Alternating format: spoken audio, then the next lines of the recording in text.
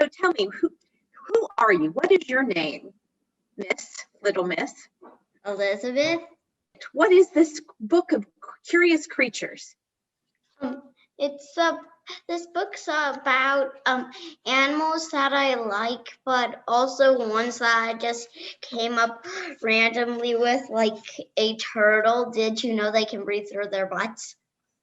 No, turtle can't be. Really? A turtle breathes, they breathe through their rear ends? I did not know that. That's amazing. What else? What are some other things? Well, sloths can stay in one spot so long that the moss will start to grow on them.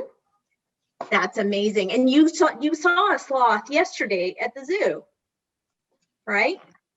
All right, do you want to read some of the parts of your book? And you don't have to hold it up. You can just read the different ones. Can I read 3 of them? You absolutely can.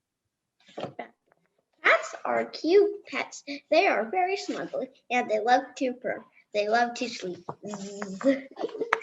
You added the zzz. Tell us about your picture of the cat. There's some special things in that picture, aren't there? There's a picture of a unicorn because I really like unicorns. But also there's a picture of a cat on the floor in a purple bed in the kitchen. And that cat is sleeping, right? That's where the zzz comes in. Well, so tell us, why did you put a picture of a unicorn on a page about cats? Because I really like cats, and the wall looked really empty without it, so I decided to put a unicorn on it. You just put an Easter egg, right? Yeah. You're like, I'm Elizabeth. I like unicorns, so I'm going to put unicorns in the picture. All right. Read the second one. Can I read the guinea pig one? You absolutely can. Yes. Guinea pigs are adorable, but get smelly after a while. Guinea pigs' fur keeps them warm. Did you know that's actually how people came up with the idea about coats? This is what I thought. Well, we don't have coats fur on our body, so what if we make some fur and make them into something we can take on and off of our body? I think it's a really good theory because humans were like, and they saw the other animals and gosh, they look warm. Ooh, maybe we should get some fur too. That's a good theory. We'll have to look into that. Hamsters can store food in their cheeks. I kind of wish I was a hamster because I always get hungry, but Mom won't let me have the food that I want, so I could just sneak it around. So if you were a hamster, you put all the food you want to eat later in your cheeks. Yeah, and then they actually seal back saliva so the food won't get saliva coated. I did not know that. That's how they're able to keep all that food in their cheeks without it going like soggy. Like normally if you put food in your cheeks, it just kind of goes soggy because of your saliva. Mm-hmm. Hamsters can run through tubes. Here's the funny thing. I'm not really a good speller, so my brother keeps making fun of me because I spelled tubes wrong. It's T-O-O-B. But usually it's spelled T-U-B, but you spelled it too. Yeah. Do you want to tell us about the picture? What did you draw in the picture? It's a hamster outside in some tubes, and off in the distance there's a village. Oh, there's a village of other hamsters or other people? Other people. Oh, that's interesting. Peacocks are perky, pretty creatures. Green, blue, and orange are regular colors on a peacock. Yeah, peacocks are beautiful. And tell us about your picture. What did you do in that picture? It's like a green. It's like a blue body, from the feet up, and the feet are orange, and that there are big green feathers behind it with little colored spots. And it's standing on the ground outside, and 2 red birds are flying over it. That's pretty. You're an artist, Elizabeth. How do you decide what to draw and what colors to use? It's just really hard, but after I figure out what to do, then I do it. Well, that picture, and so it's interesting because some of the pictures of animals, the animals are smaller and you've got other things going on in the background, but that one, the peacock's pretty big, isn't it? Why do you think you made the peacock that? Why did you decide to make the peacock so big? Because it's its own page, and I was thinking, why don't I make it neon-y color so it will stand out? Yeah, that's a good plan. That's a good way for an artist to think too. You're thinking about the whole page. What made you choose these animals? Because I liked them, and also they were interesting. I did the sea turtle because I wanted to tell everybody about them being able to breathe through their butts, and everyone I told it about yelled, "What?" What? Such a crazy thing. I will say the other crazy thing is about the sloths and about the moss growing on. I did not know that. Oh, did you want to read the one about the flamingos? Because I think that's also there's an interesting fact in that most people don't know. Flamingos are pink, pretty creatures. They shrimp to get pink. They eat shrimp to get pink. So do you think if you ate a lot of shrimp, you might get pinker? It is true if you eat like, I think it's with zucchinis. If you eat like 1 billion, million, trillion, you could turn green. And I think it's true also with carrots. Sometimes you can get a little orange if you eat. I eat a lot of carrots. I'm not quite orange yet. Do you even want to be orange? I don't want to be orange, no. But I eat carrots because they're good for your vision, your eyesight, and also they taste good. Parrots are colorful pets. Parrots can talk all day. I always wanted a minor bird, but then I thought about it. Like Evan could teach it how to say derp and I know, and that's why. And other annoying things like derp. Hello, Elizabeth. You're eating birds today. You don't want a bird to be able to say funny things like that your brother would teach it. Yeah, but then you could teach it to say funny things too, like, "Hello, Evan. How are you? You beautiful boy." Wouldn't that be funny? Why do you think kids should learn about animals? Because they're interesting and very beautiful. Like if you went to the zoo yesterday, you would have got to see peacocks, sloths, neat, poisonous, really, really, really poisonous frogs that were like green, blue, pink, purple. Wow. A lot of the animals were out, and we got to learn some really interesting things. Like the monkeys can smell the trail mix we brought through the glass. So wherever I waved mine, the monkey would try to grab it. It would be like this.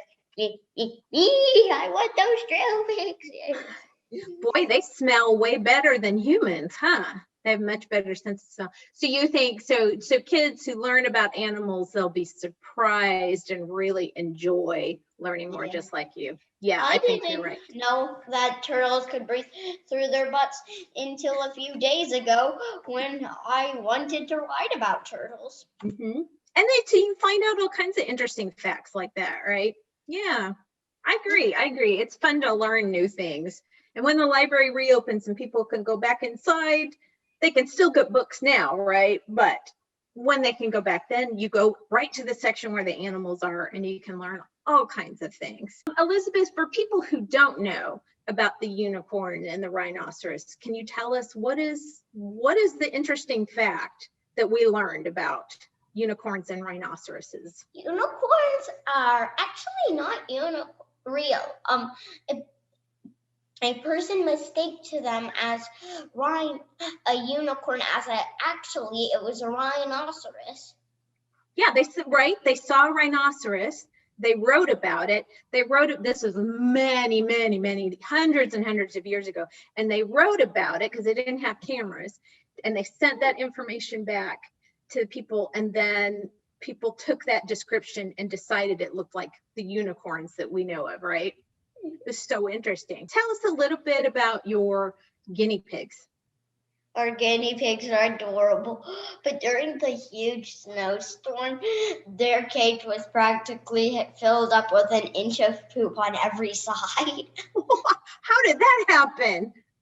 Well, if you can't manage to clean your guinea pig's pad or go out and empty their litter box, there's going to be a lot of poop. So you couldn't get to their cages because of the ice and snow? No, their cage is in our house. Yeah. Oh, I'm sorry.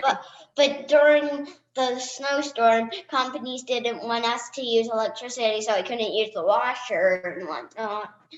And also because we didn't want to go out in the freezing cold just to empty the guinea pig's litter box. I see. So the poop piled up, and when it got warm, you guys were like, "Oh no, I have to go clean it out."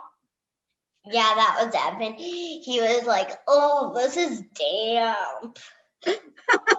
Ew. Hi, my name is Evan. I come from Broken Arrow, and I like reading. I love reading. Currently, I'm reading a book called The Red Pyramid. It's about Egyptian mythology. Rick Riordan wrote it, so it's similar to Percy Jackson. It's about these two kids. Their parents both die, and they basically have to stop Doomsday and the god of chaos from taking over the world. So Wow. It's a really good book. It's got a lot of action in it. Do you ever have do you ever go through your day and think, what if I had to save the world? Then no, not really, but I have to say, awesome. Would you really also, so do you, I don't know, I love reading books like that, but every time I do, I think, oh, thank goodness, I don't have to try to solve that puzzle or save the world, because I don't know if I would be able to save the world. I think you would, Evan, but I don't think I would. The libraries have been closed except for curbside service, right? And then, but you were able to go inside, is that right? I know, it's opening up again. Yeah. So tell us a little bit about that and how you were feeling with some of the things that you did when you got to go back inside the library. Well, I don't really like the library computer program because I have to know specifically what book I want. Like I have to type it into the text box. Whereas the real library, I go in and I'm like, oh, that looks nice. Think I'll get it. Oh, wow, might get that one. So I was really excited when I got to go into the library because I hadn't got to go in there in a while. For a while. Yeah, it's been almost a year, hasn't it? Well, do you know what we call that, librarians? We call that serendipity. So when you get to walk through the aisles and you just see books that you wouldn't necessarily see in the computer, and you pick them up, and this one calls to you over there and that one calls. So it's just kind of spontaneous and serendipitous, but that is actually a research term called library serendipity. So what are some of the books? Yeah, isn't it? I know. I'm going to make you librarian, Evan. But what are some of the books that called out to you that you found through serendipity last week? Well, probably the best one is Hilo. This is the very first book, but this is the very last book.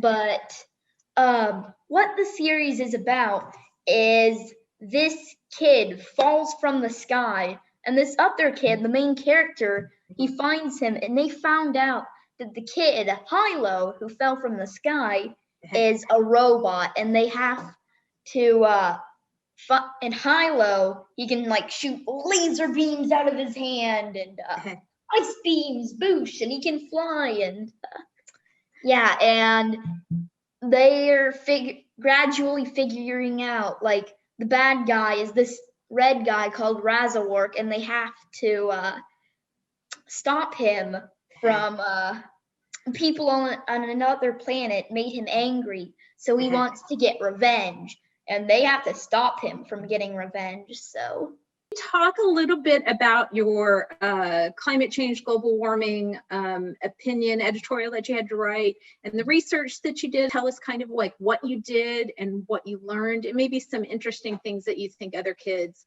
might not know that you learned. Okay, well, for school, I was supposed to write a global warming essay. So I went online. Miss Larla helped me find all these articles. And global warming is really interesting, but it's horrific. Like, it is. Global warming is essentially making the world end. The way global warming works is factories make all these products and they release these special gases called greenhouse gases into the air in doing so. And these greenhouse gases, they get their name by like they float up to the atmosphere and they let sunlight come through, but they trap the sunlight in like a greenhouse. Mm-hmm. So global warming is, as the name says, it's making things hotter, but most people don't know that it's also making things colder in the winter too. Like it's making storms like floods and hurricanes more common. It's melting the polar ice caps. So talk a little bit about how it's so confusing, isn't it? Because we just had this huge snowstorm and this big ice storm, and you're like, well, it's not warm, it's cold. Talk a little bit about how it's really climate change that is making just everything crazy and chaotic, and including being colder. My basic understanding is that climate change is, spoiler alert, changing the climate. So like it's making, like, for example, Broken Arrow is kind of moderate, like kind of yucky weather, kind of unpredictable. But with climate change, it could eventually make Broken Arrow like a desert or like constantly raining. Like it just messes with the weather. Could you talk about maybe what you learned about how global warming has impacted some animals, maybe some specific animals that you learned in your research? Well, see, it's impacted polar bears a lot because it's killing the seals, and since polar bears eat seals, so the seals, they give birth on like these clumps of ice, like they build a little snow house. But when they give birth, like the ice gives way and the babies fall into the frigid water and they can't swim yet, so they just die. So seals are becoming an endangered species. So you also learned about some things that kids could do and that people could do to help try to stop global warming. Do you want to talk about that? Yeah, well, the easiest thing you could do is you could turn off lights when you're not using them, avoid using unnecessary electronics.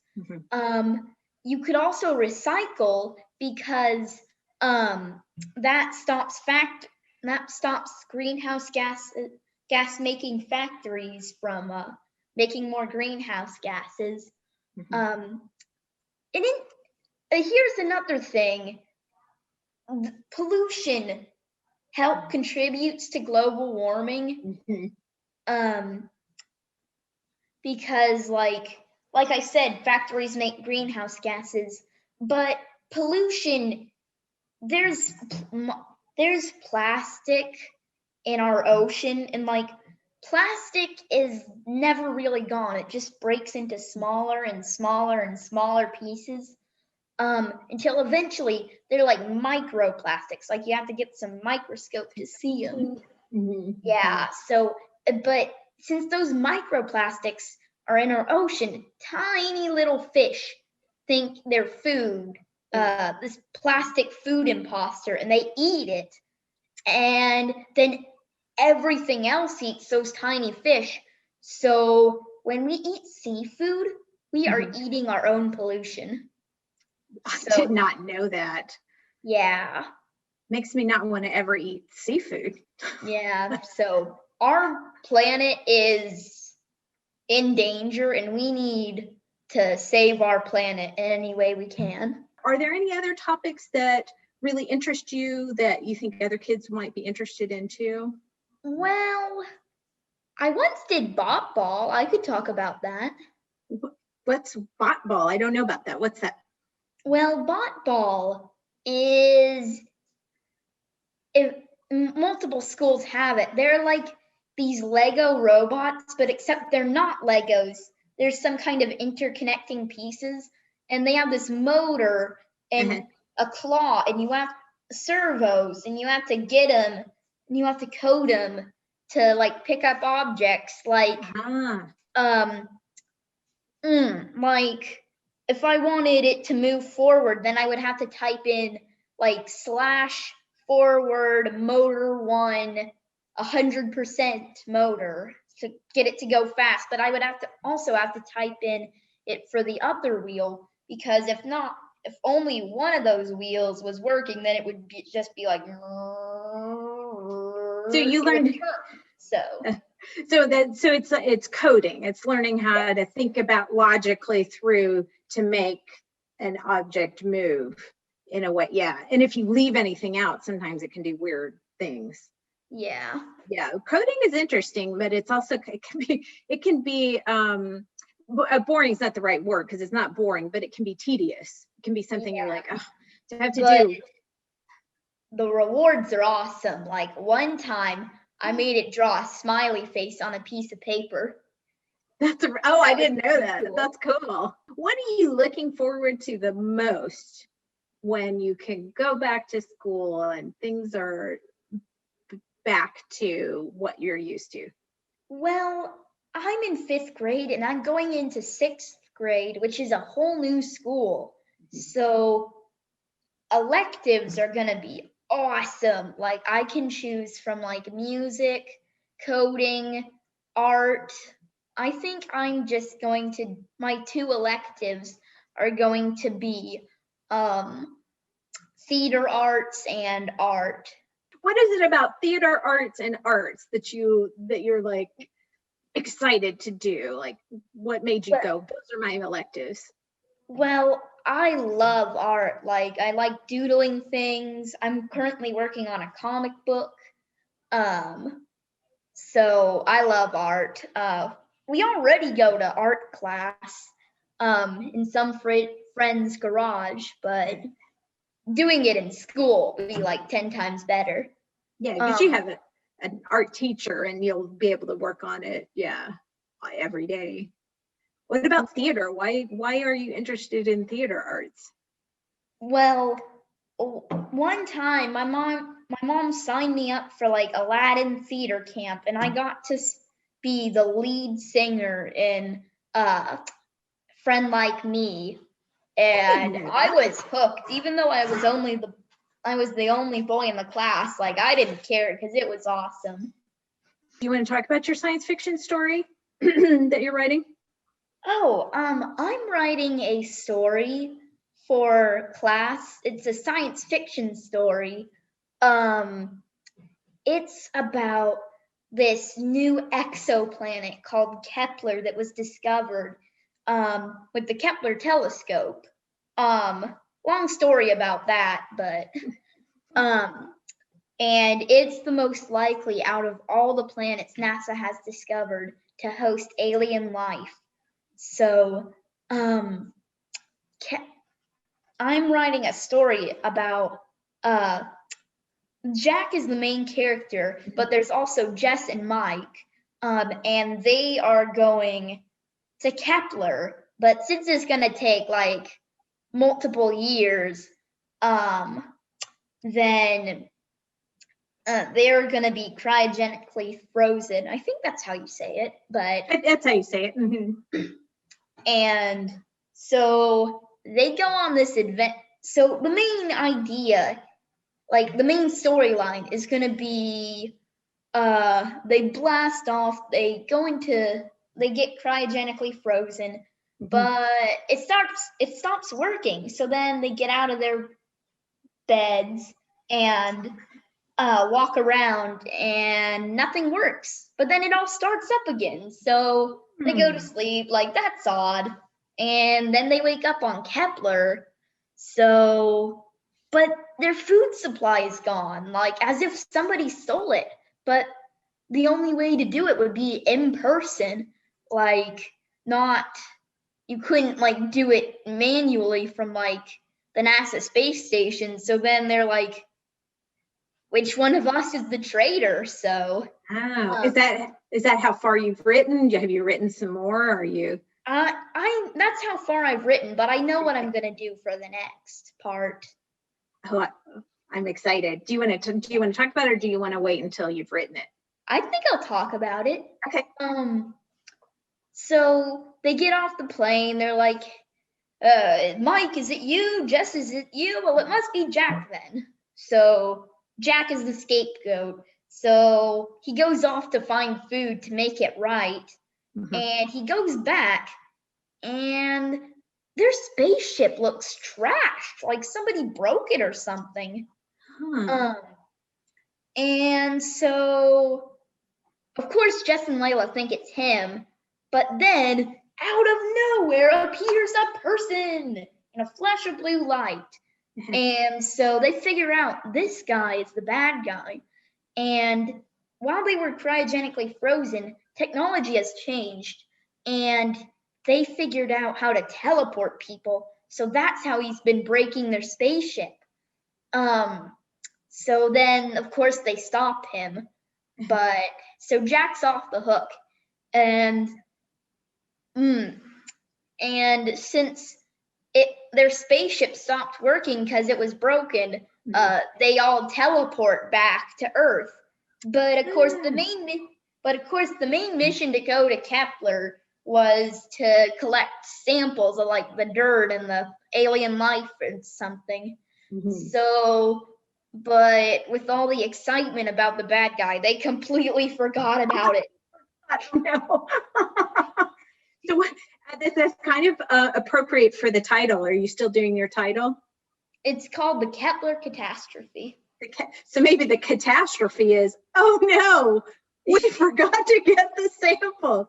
No, but you actually mean the catastrophe is all of the things that happened, right?